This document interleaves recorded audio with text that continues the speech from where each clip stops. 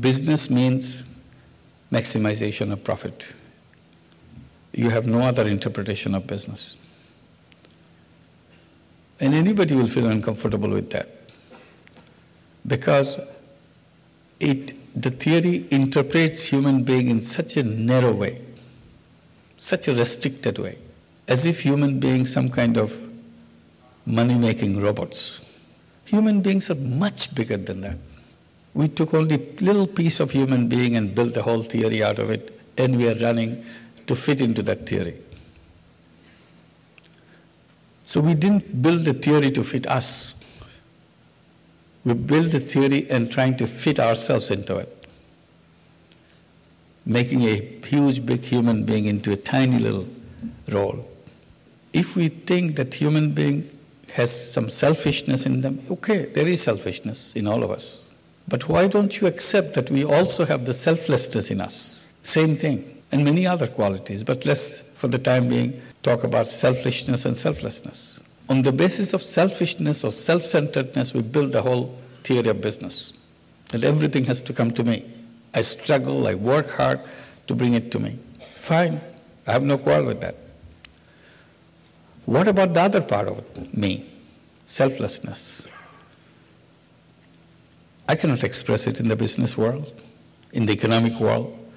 In order to express it, I have to step outside of the economic world and become a philanthropist, give away my money. What is the problem with the businessman inside the economic world? Why can't we create another kind of business? Business which will aim completely at others. Nothing for me, everything is for others. And that's the business I'm proposing. I said, let's call it social business.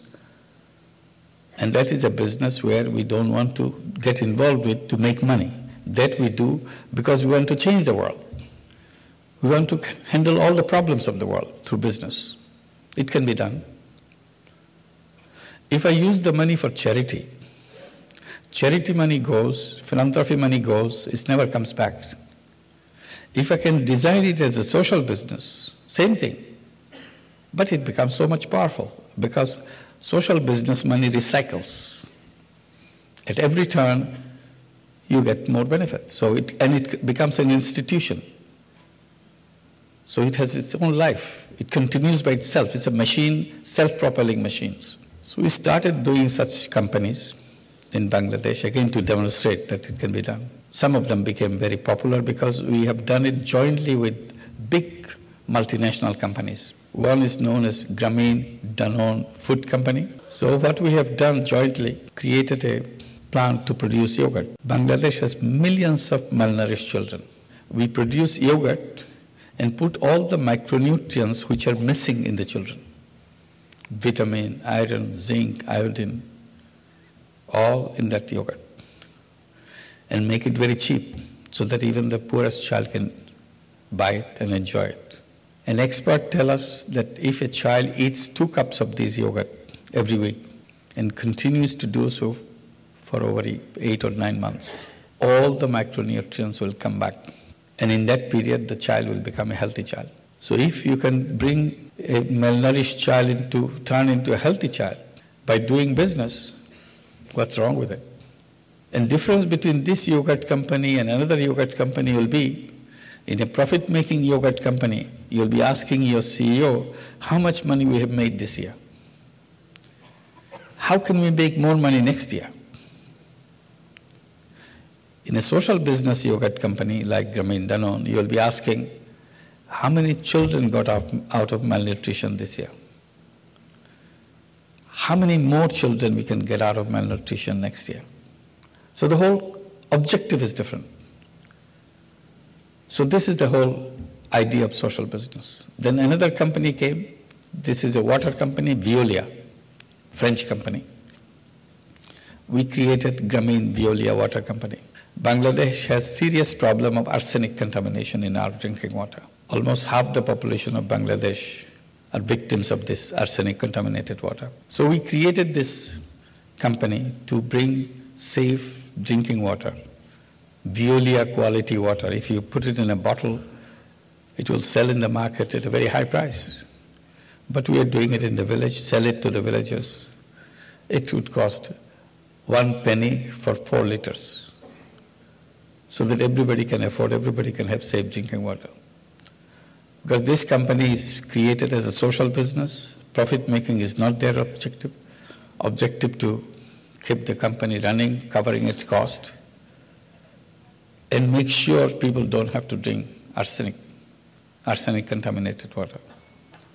So you can create varieties of those companies.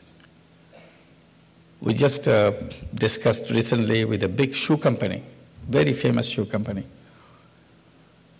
They were interested to talk to us because we explained to them what social business. And they said, we would like to do a social business, but what should we do? We are a shoe company. I said, you can make a shoe company out of through the social business. First of all, you take a kind of a theme for your company or a motto for your company, and you believe in it. That motto will be, nobody in the world should go without shoes. If you say that your kind of company can say that and make it happen, and that would be the greatest pleasure, that yes, we can make shoes for even the poorest person in an affordable price. I said, to begin with, you can start first round of shoes, which will cost under $1, and with your brand name. That will give a big message, and then continue to go down, never come up again, and make it green shoes so that no material in the shoes will make any kind of pollution problem. And we want to go in a big way in the healthcare as a social business, because health is a big problem, not only in this country, in every single country. Most of the people, particularly bottom half in most of the countries, do not get any health care. Neither the government healthcare service reach them, nor the private sector healthcare reach them, because private sector is busy at the top, and the government service is a chaotic service. It doesn't really come up with a good service. So we want to see whether social business can fill it in. We can create a health service in a way everybody can afford it, everybody can get it, and state-of-the-art medical science can be applied to help people have a good health. So if you change your concepts, change in institutions, there is no reason why anybody should be poor, because that's where it came from. If you block that road, it cannot come, then no poor. And I keep saying that the poverty doesn't belong to human society. Poverty belongs to museum, and that's where we should put it back, and they will be staying there. Thank you very much. Thank you.